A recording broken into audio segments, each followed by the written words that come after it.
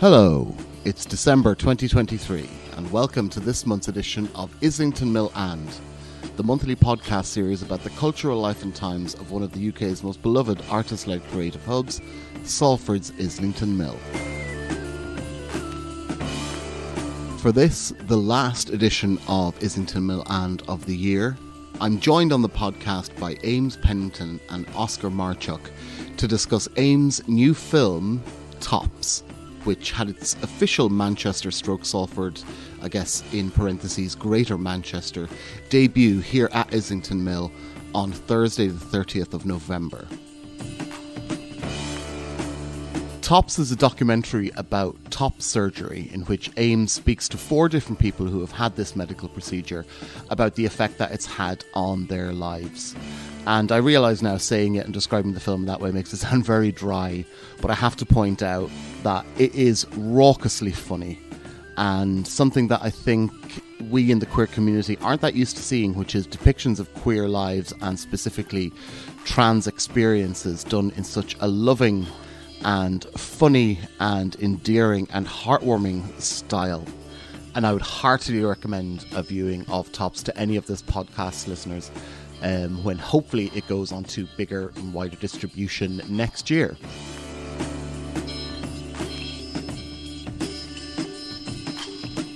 The film is presented in a very cheeky, tongue-in-cheek, late 90s, early noughties youth culture magazine show style, which I think is quite a unique take on this kind of story.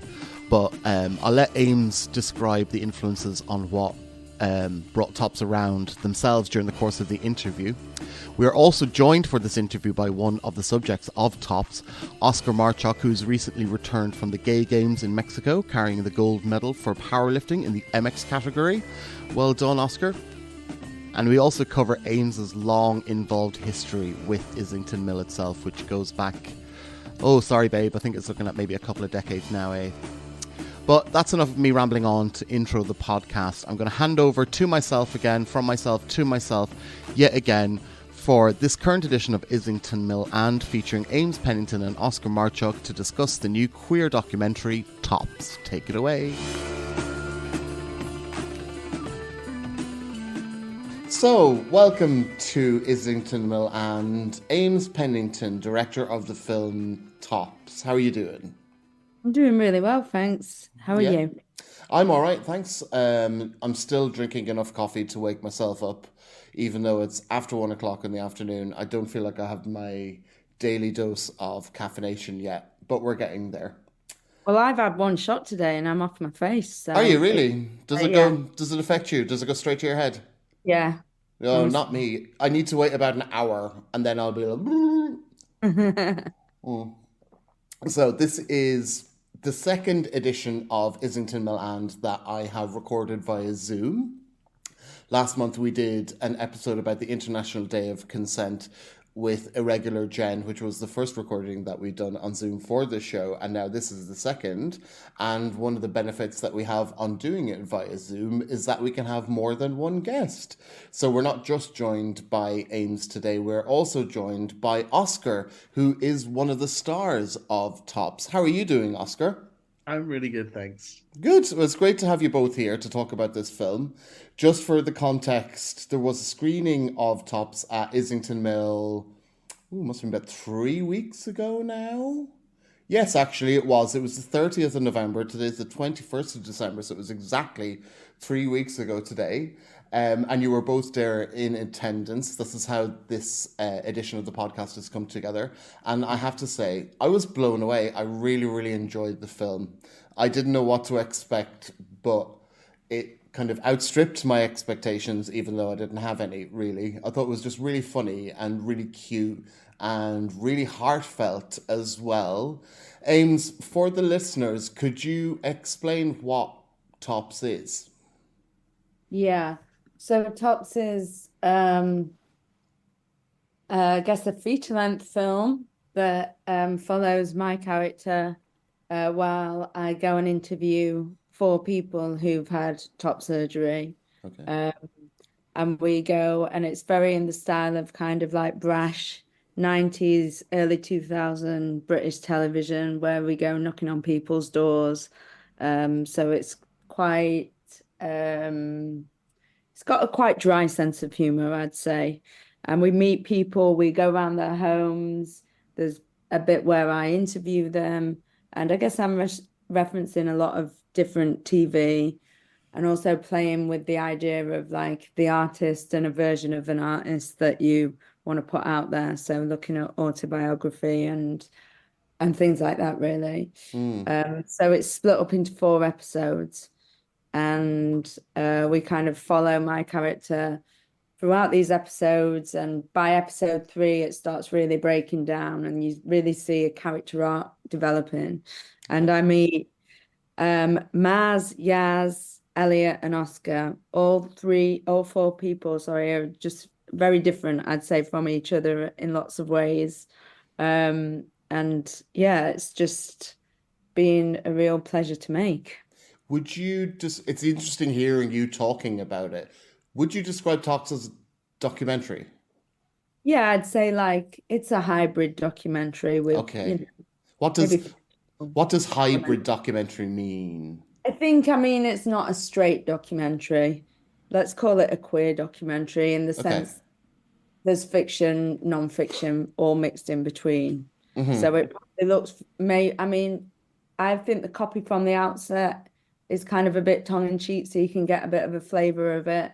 But I think because people see the words, it's a program where it's called Tops. We go and ask people, what is the top that you wanted to wear after top surgery? It could look quite serious, and it is serious in parts, but it's also very met with a good sense of humor as well. Hmm. So it's a kind of faux documentary, if you will. Okay. Was it the version that we saw, which I'm going to assume it's the finished version or as close to finished as It's yeah. a work in progress, I'd say. I mean, the only thing that I would like to do is maybe put some adverts in between the episodes. Okay, but in terms of the episodic format of it, that's done, right? It's going to Yeah, stay like yeah, that. gonna Okay, stay like that. because that's another interesting thing where it's like feature length now, but it is made up of 4 different separate interviews. Did you, again, it's a hybrid thing. It's like, did you see it as being a series, a full length? How did you envision it, like when you first started? I think I always work backwards, which can be a bit of an issue. So Hmm. now I'm very much process led. So I was like, these are the things that I want to do. This is the format that it wants to take. And I saw it as I thought it'd go from one episode to another and ping pong back and forth. But then as we were filming it, because a lot of it is very improvised and playing with improvisation, it almost needed to be chronological because you started to see my character Yeah. develop and at different in different episodes. So it was like it's not going to work going back and forth. It's going to work better if it's kind of synchronized all the way through in a way. Hmm. And that let me give the whole story of it a bit more of an arc. Hmm. So it went from being something that really was maybe going to be like 30 minutes to like something that's actually like probably once the adverts are done, 65 minutes. Hmm. Um, so it kind of grew as the more I did of it, which Yeah. is quite typical of my work, really. Right. Cool. And how did you? So there's 4 different interview segments throughout the film. How did you meet or select or get to know the people that you interviewed? So, like my work as like an artist, I often work with people in collaboration. So it's important. I didn't want to do a big call out. I wanted to try and find people organically. So I knew a bit more about them. And I found, well, I knew Maz the first episode, episode 1. Anyway, just through around. Yaz, as I say in the film, I did meet on the dance floor at the RVT. That's Hmm. true. So I knew them a little bit. And Elliot is a friend of a friend who was like, this person's hilarious. I think you really like them. And my friend Ella knew Oscar. So it was all kind of through people, through community, I guess, that Mm, I found all the people that star in the film. mm. Oscar, how did you feel about being approached to talk about this subject? I'm always a bit cautious around any kind of um project that is about transness, Hmm. basically. But I knew Ella, and um, she was like I trust her to be a good judge of character, so I was open to at least hearing about what it was about. Hmm. And then when I spoke to Ames, I felt like comfortable that that was going to be it was something that was being done from the inside as opposed to the outside looking in, and Yeah, sure. that's always a much more comfortable place to start. So yeah. Yeah, it definitely felt like there was a certain level of connection between you, Ames, and the subjects in terms of the subject matter coming from the inside, like Oscar said, rather than it being, oh my God, how does this thing work? Kind of very basic, kind of, I don't know how you'd see it represented on the mainstream media. I loved the representation of this issue of, or this subject, not issue, it's not an issue, it's a subject, but this subject of top surgery for transmasculine people. For a start, it's something that we don't really hear about that much, even though it must be one of the most kind of common procedures that trans people go through. But second of all, not just is it not something that we hear about, but the way you presented it was done, like when we do hear about trans issues in the mainstream press and in the media, it's all very, how to describe this? It's trauma porn, basically. It's all about like, there's still an element of like othering trans people and to an extent kind of fetishizing aspects of trans lives and the things that trans people have to go to in their journey of self-realization. And yeah, I felt like Tops was one of the first things I've ever seen that really leaned heavily into, the joy of it, of like, it's not something traumatic necessarily, it's something beautiful. Like, it was so refreshing to see that. Was that, I don't know, how did you come to that tone, Ames? I think through, well, working with everybody, Hmm. and I think this is where improvisation really lends itself. Like when you're collaborating and making work with people, I I mean, I really love scripted work, but I think that there's something kind of incredible that happens when you don't have a script or when you have things that maybe you want to hit, but then you come to that naturally and then you allow people to play a version of themselves, you know. Hmm. Either they might play themselves straight down the line or, somebody might be a slight maybe more happy than they usually are or show a different side of themselves, and I think that that's what Tops lends itself to. It lends itself that people can play, people can play within within them showing themselves around their houses or Hmm. like with the interview sections. It allows people to be themselves in whatever version, and I think that that is something that's a bit more new, Yeah. and have time to sit with that and for to try and create an environment with the crew and everything that allows for that, so that there is joy in the room when we're filming it. There is Hmm. also like time limits and we've got a day to film it, but if something's a bit broken over there, that's all right. It's just all part of it. And I think that comes through of me being an artist and working with people from that sense, that I'm like, well, that's if that bit of that kit's broken, then we'll just have to deal with it and move on, Yeah. and take it as is.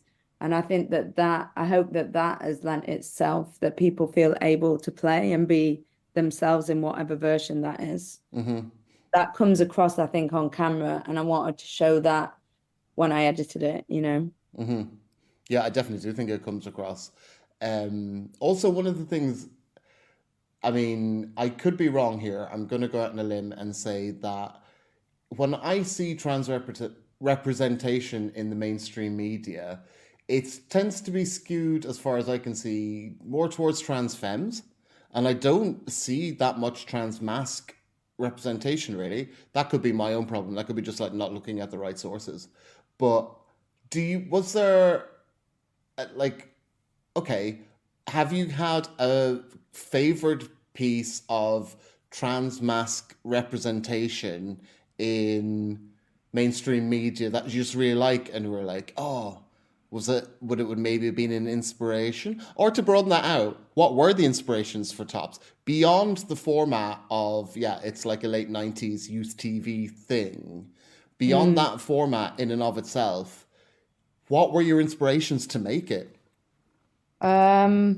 I think probably looking at more underground cinema. Okay. So there's something called Boys in the Backyard, Okay. um, which was filmed by Annette. I can't remember the second name, and we should fact check that Yeah, later. we But should. Boys Yeah. in the Backyard is an incredible piece from the 90s, which is like two transmasculine people talking to camera, talking about their lives, talking about their experiences. They're in San Francisco. It's about 22 minutes, Hmm. and it's amazing.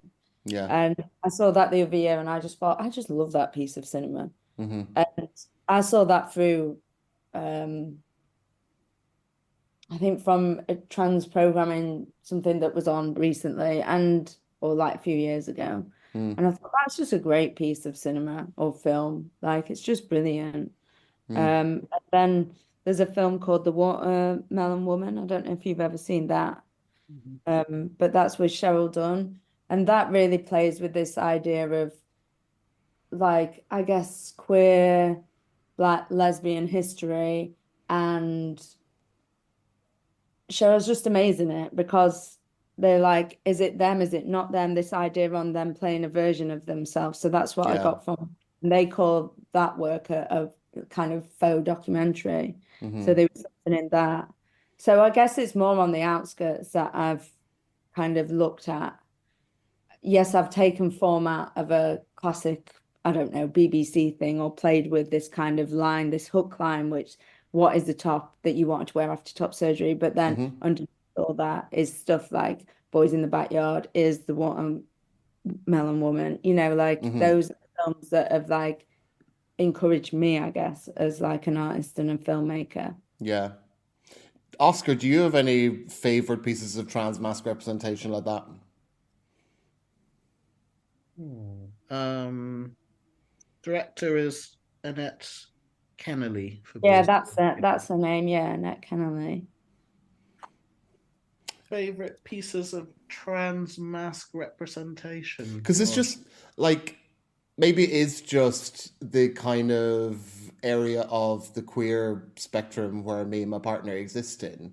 Not that it's completely devoid of transmasculine reputation, it isn't. It's like, but I still feel that so much of the stuff that, I mean, we're just drag race queens in it. So, but like, I'm still, is there a decent trans mask representation that I'm not maybe aware of that I should check out?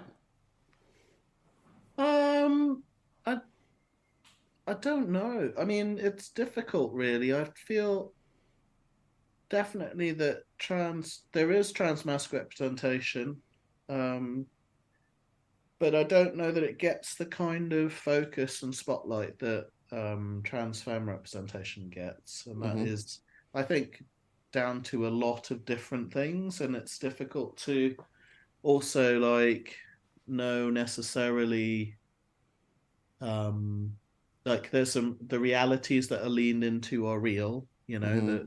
trans femme people struggle Yeah. with a lot of some of the most obvious and extreme versions of oppression, Yeah.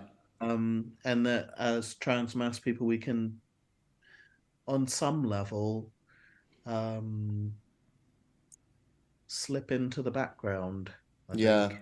And that gives us a little bit more privilege and protection. But then also, I don't know. It's Mm. like I don't know every trans mask person in the world. To say that is also a True. bit.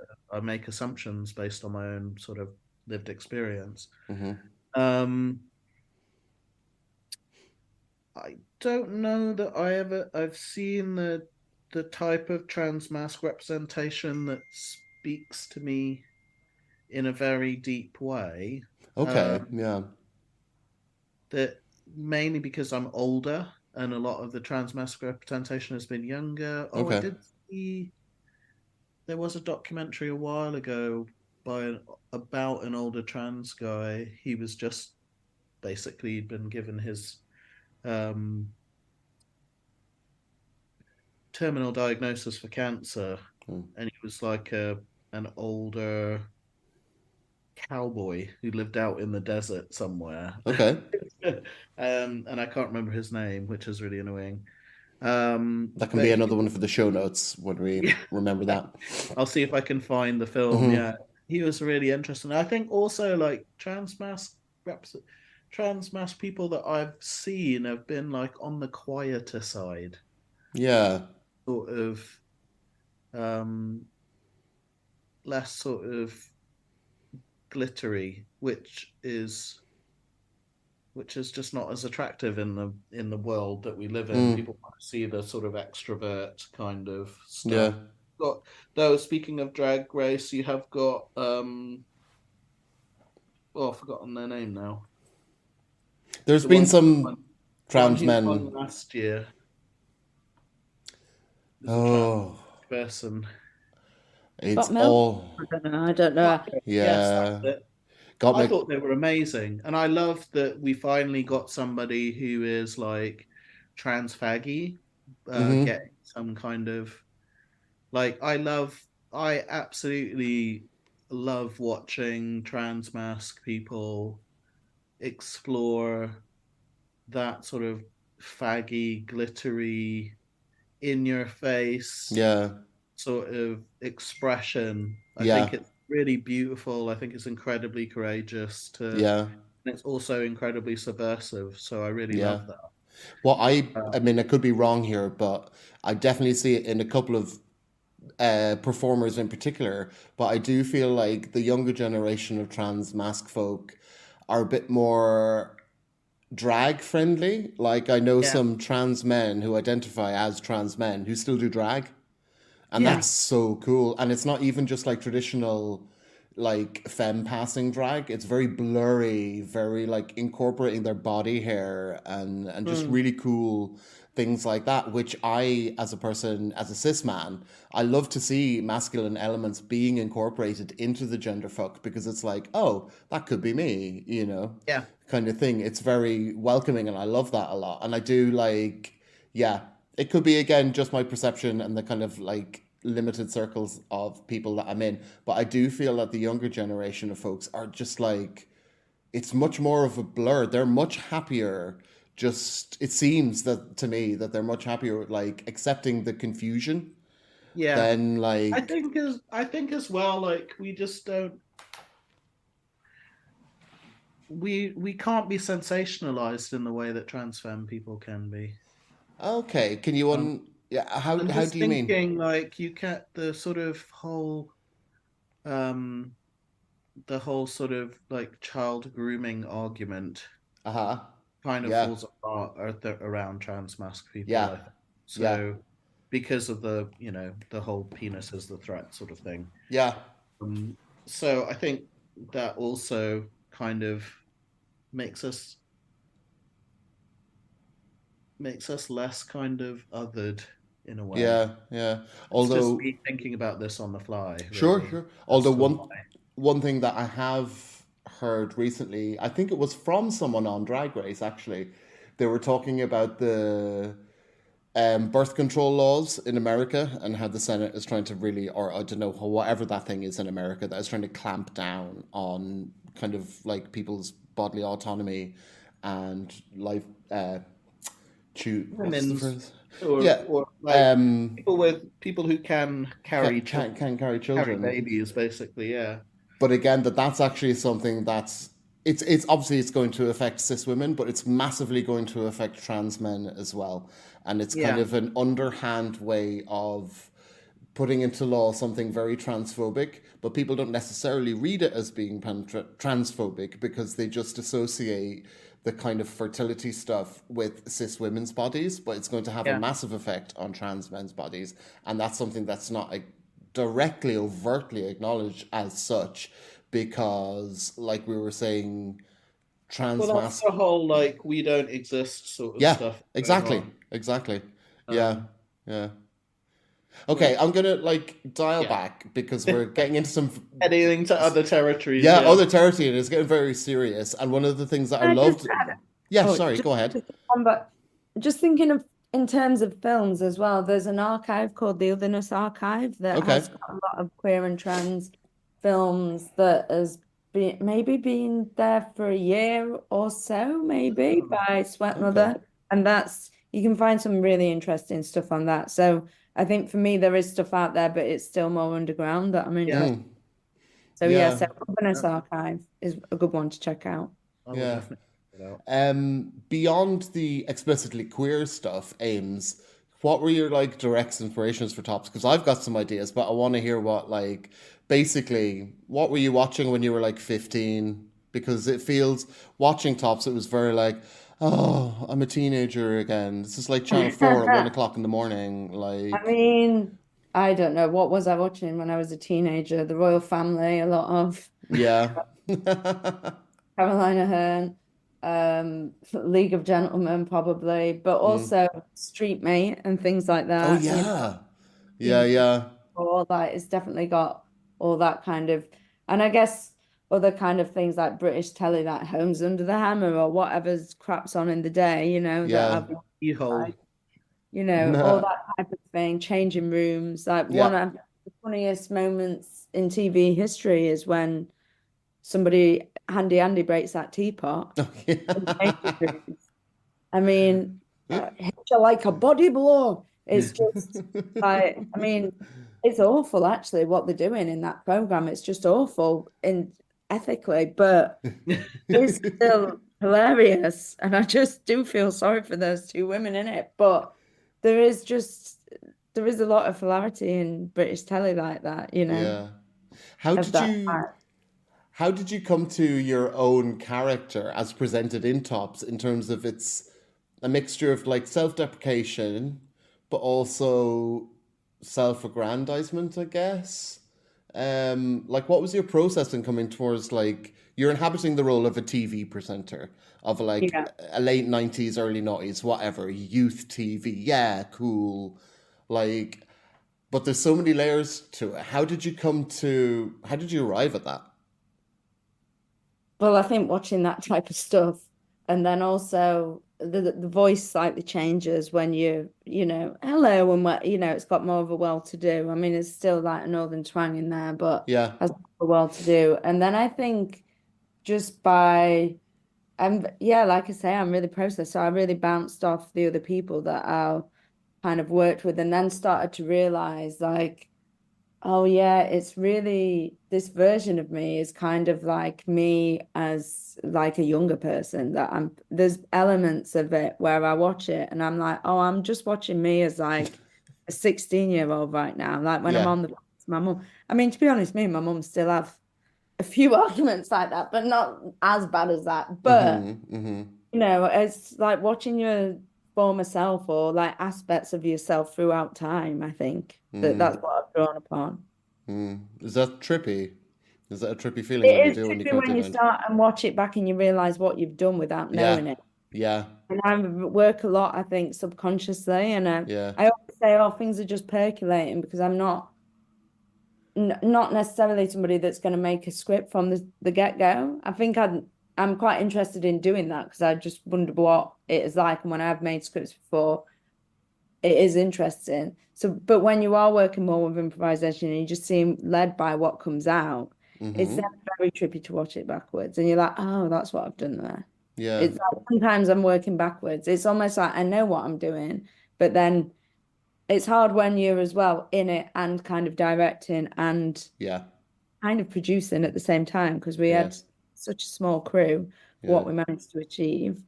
What Um, is what is your actual training background in terms of film production and acting and writing and stuff, the whole bag, like well, I mean, I did drama GCSE. oh okay. That's There about you as far as go. with that, but I did get an A star, so Oh, well done. There you go. Yeah. okay. And then I just did absolutely a bit. It was either drama, GCSE, A star, and then absolutely terrible in a lot of, other subjects. So up and down. But I did go to uni and I went to Met and I Okay. studied film, like the psychoanalysis really of film. But to be honest, I would have gone and done anything. I just wanted to leave the small town that I was from. So Mm-hmm. I was just on a mission to get out of there. Mm-hmm. So when I went for the open day, the course that I wanted to do had got a lot of comedy writing and different forms of writing in it. And they said, "Oh no, it's half an hour away from Manchester." That course I said, "Don't want it then. What else have you got? I want to be in the city centre. I can't be in a bloody small town being Oh, queer." okay. They had another campus somewhere I had else. a campus and I ditched that. Yeah. So, and then I studied film, but it was really looking at gender studies and queer studies that I looked at, and it was very writing focused, which now I know that I'm dyslexic and ADHD, so was I think something practical could have been a bit more handy. And Mm. then I worked in TV for about a year and a half and hated it. Oh, really? Yeah, yeah, no, it Do you was not want fun. to? Can you name any names? Any audition dirt? Oh, just horrible men, really. Yeah, Just that old chestnut. Yeah. that old chestnut, some nasty men, Mm. uh, and just not treating people very nice and Yeah. being quite snobby. And I'm not from that world at all. So, and then went into care work, and then Ooh. found Islington Mill, found Islington Ah. Art Academy.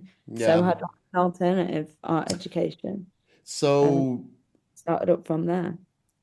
tell us how you found Islington Mill, because I know from speaking to you previously, you're an old school Mill head. You're not one of these new Oh, I'm not a post-pandemic newbie. generation. All right, yeah. Anyway, I think it was maybe 2008 or 2007, maybe earlier. But basically, there was a club Brenda there, Hmm. which was like a club that, I mean, you know this, don't you? Because you've Yep. done all. Yep. And And just for the listeners who want to find out, there's an interview with Jane Compton in our archive that explains all of this. Club Bendra and their involvement in Islington Mill 20 years ago, roughly. oh my God. Mm. And that's trippy. Yeah. And yeah, so I turned up at the mill and I was like, what is this place? And then think Elvis had chucked an effigy of a lesbian on this big fire, just not out of malice, just out of lols. And honestly, the fire was so big, it was like licking some of the building. It was Mm. like really like unhinged. And I thought, oh, I like this place. This is a bit of me. Mm. And then through that, found out maybe it was a little bit later that the art academy had set up and then was part of kind of a free art school that we had at Mm. Islington Mill.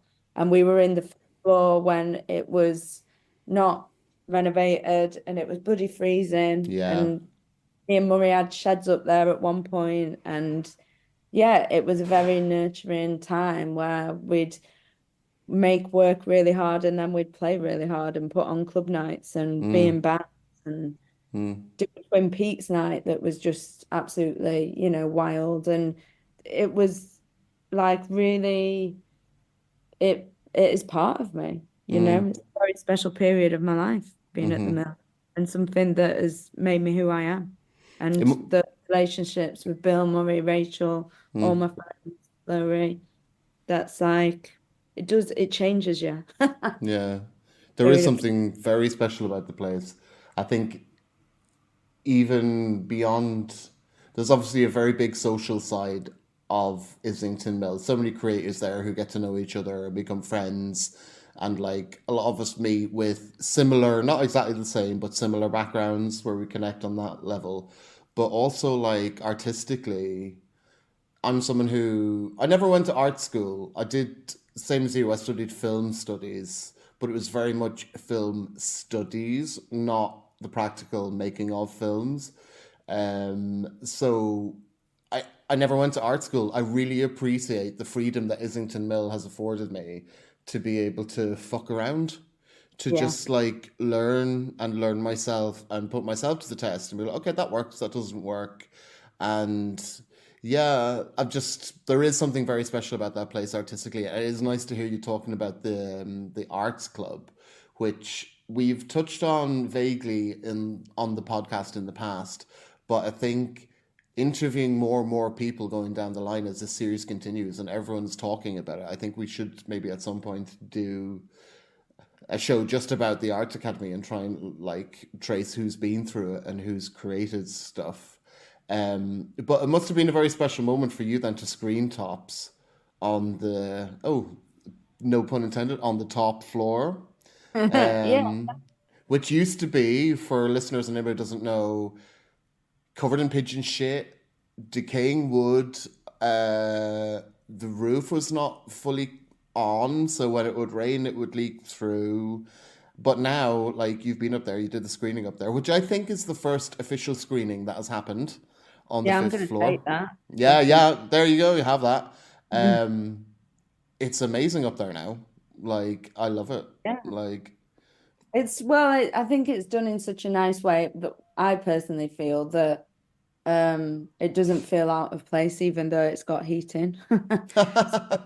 And it's got bedrooms. It's just been done in a very mill way, and it still mm, feels. It doesn't feel, of course, it's like a space that is accessible, which is, I think, the best thing that has, happened. mm, That there's a lift now in, that people can stay there, that it's warm, which makes it more accessible. So that is beautiful, but it still looks like the mill to me when I go up there. yeah. It's changed, but um, it's had to. That roof needed to fix. It couldn't hold like that much Oh, longer. So yeah. it's a beautiful space for people to go up, and it doesn't feel so polished that that you can't make a mess up there. It's Yeah. just clean Yeah. up after you do it, you know. Do you have And any particular memories from being in the academy, that period of your life and like things happening up there?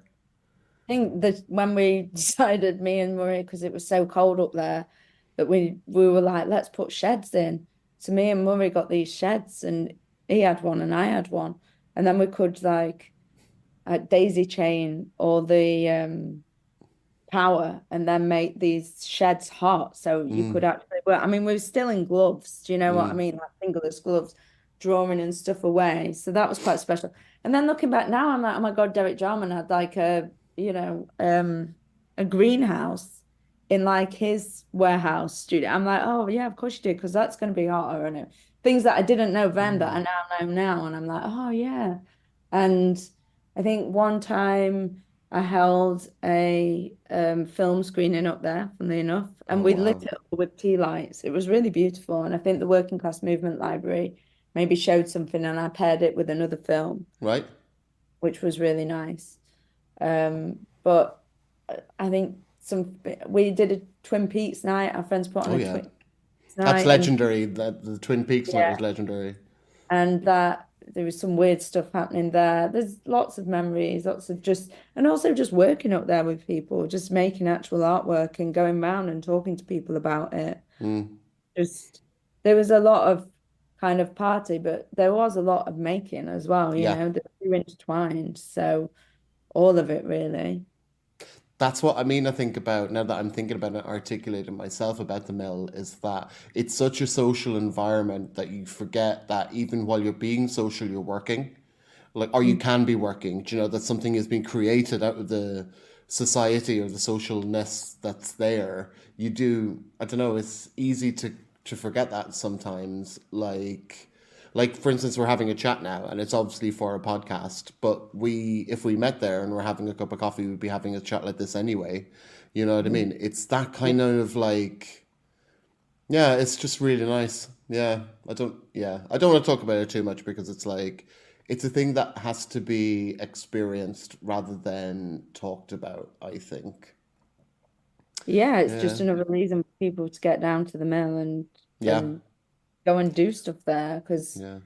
those spaces are rare, and they're coming even more rarer to hold on to those and to have autonomy. Mm, And it's been really hard to hold on to the mill, and it's cost a lot, as in mm, a lot of effort for a lot of people, mm. and that takes its toll. And so to have it now and for it to carry on is a really special thing. And yeah, space like that is something that does get people it just doesn't exist really. People have to really hold on to stuff. So it's Yeah. really exciting that Salford has that. Yeah, it is. It's great. Where are you actually based yourself at the moment? Are Now you in London. in? How is it? How's London these days? Well, I'd only be the reason I got council flat swap from Mouse Platting in Manchester. Oh wow. The Bermondsey, it goes down as a myth, a legend. Yeah. Not, I'm not a legend, just a council flat swap. Um, so yeah, so that has made it affordable to be here because it's not an affordable city. But Mm, I've it has been for me really incredible to, I guess, move somewhere and meet a new set of people. It's like having another home. It's like still feel at home when I go to Manchester. yeah. So it's, and I've met, a lot of trans and queer people down here that have shaped me, but never had a meeting point such as the mill here. Yeah. Yeah. What do you think of the Mill, Oscar? Positive answers only. Well, I don't spend a huge amount of time at the mill. I'd like to spend more. I really love it there, to be Mm, honest. Um, I do kind of harbor fantasies of like having a little studio there and pottering away doing stuff, but hmm. that's not come into Yet. reality yet. Yet. Yeah. Get that on But the yeah, mood board for 2024, Yeah. Oscar. yeah, Let's I'll put it on manifest the that right board now. We're every day. I manifesting it for get up and look you. at the look at. Yeah. I think it's beautifully done. It is like wonderful to see. I mean, it shouldn't be something to say, but I think it's wonderful to see that um, a venue has invested in a lift Yeah. for people to bring that extra level of accessibility in. Hmm. And yeah, to see the sort of principles of the people who work in the mill, like put into the architecture, into the refurbishment, I think it speaks volumes about the specialness of that place. So Yeah, I mean it's funny, particularly now because there's some other. I'm not going to name any names, and this isn't shade really, but it's just there's some much bigger organizations getting a lot of money pumped into them, that are there to represent a certain forefront of arts and culture in the city at the moment, and yeah, it is just really nice to see the money that is being invested in the mill is going directly into things like a new roof, a Mhm. lift, doing that floor up so it becomes a social space, so that the space that is there is used to the best potential that it's got. And that includes not just showing art or displaying whatever it is that the people are creating, but creating spaces where people can come together and hang mm. out and talk and stuff like that. And I think that screening of Tops was, like I said, I'm pretty sure you can take it, Ames, even if it wasn't the first No, I know it was screening. because Rachel told me. So Good. Yeah, yeah. So there we go. I Official. think It's Rachel was official. It's really, official. It was the first yeah. screening, but it was so nice to see it happen and also to see all the people turn up for it and see them all very comfortably accommodated in the space. It's a big space and the screening worked really well. I was really happy with that. Even it wasn't my event, I was just there out of curiosity, but seeing the space function like that was really, really beautiful. It was really nice. Mm. Yeah, it Yeah. was really heartwarming and like I think 90 people came to it. Oh Uh, wow. That's great. yeah, That's a and great it was a turnout. -4 Yeah. evening. Do you know what I mean? Yeah. Somebody from Hebden and there was snow. Yeah. Max came from Hebden and there was snow, and I just think, oh, that's really lovely. And Yeah. yeah, it was, if I'm honest, it was my favorite screening out of the ones that we've done so far. So yeah. Yeah, we'll take that. Yeah, we'll take that. Because I Yeah. was going to ask how the other screenings have gone, because it was a mini tour, wasn't it? Yeah, the other screenings were amazing. Like Yeah. Liverpool was really good. Yeah. Jay, who hosted it, was just fab. Got a really good Q&A. Hmm. And London was just really beautiful. It was my mum was down and we did pie and peas beforehand for Oh, some people and we had two screenings and yeah, just people showed up and it was just a really great atmosphere. But I think for me, the Manchester one was so special because it felt very full circle to be on that hmm. fifth floor again, Yeah. That's showing great. work that, if the Art Academy had not been there, that work wouldn't have been made and I probably wouldn't be an artist. So Sure. Yeah, yeah, that's pretty cool. yeah. So I'll end by saying or asking, what what's in the future for both Tops, but also Ames Pennington? Like, what's next? Well, I think I want to film these campy adverts Oh, yeah. and to get it out there, you know. I hate it when work just sits on a hard drive. It kills. Yeah. And people have connected to it so much as, you know, a piece that it should be out there. So it'll really be next year trying to get it into some festivals and just get it shown around. That's the plan. And then in regards to other work, I'm making a film with my family at the moment called How Does It Feel? And it feels like, yeah, it's a long-standing project, but to like get back into that next year, but to really give Tops the like, I don't know, the strategy it deserves and do it that way is that thing for me. I think I asked this at the top, but I'm going to ask it again. How do you describe yourself in terms of your artistic practice? Well, I say that I'm an artist and a filmmaker that works a lot with collaboration and people. Yeah. Performance and film. That's how I describe it. I mean, I'm a weird one. It's all intermingled. It's not like I'm just a painter. It's a bit fluid like that. Yeah. And to end, I'll field you that question as well, Oscar. How do you describe yourself? Oh gosh. Just a lovely man. That's a complicated human being. Yeah, fair enough. Cool. Okay, that's brilliant. I'll leave it there for now. Thank you very much, Oscar and Ames. Thank you. Thanks so much. And there you have it. We've come to the end not just of this particular podcast, but all the editions of Islington Mill and for the year 2023. We will, of course, be back next year with lots more delicious content, so keep your ear holes peeled for that. And yet again, from me, the Nihilist, here's wishing you all a very happy new year for 2024. See you then.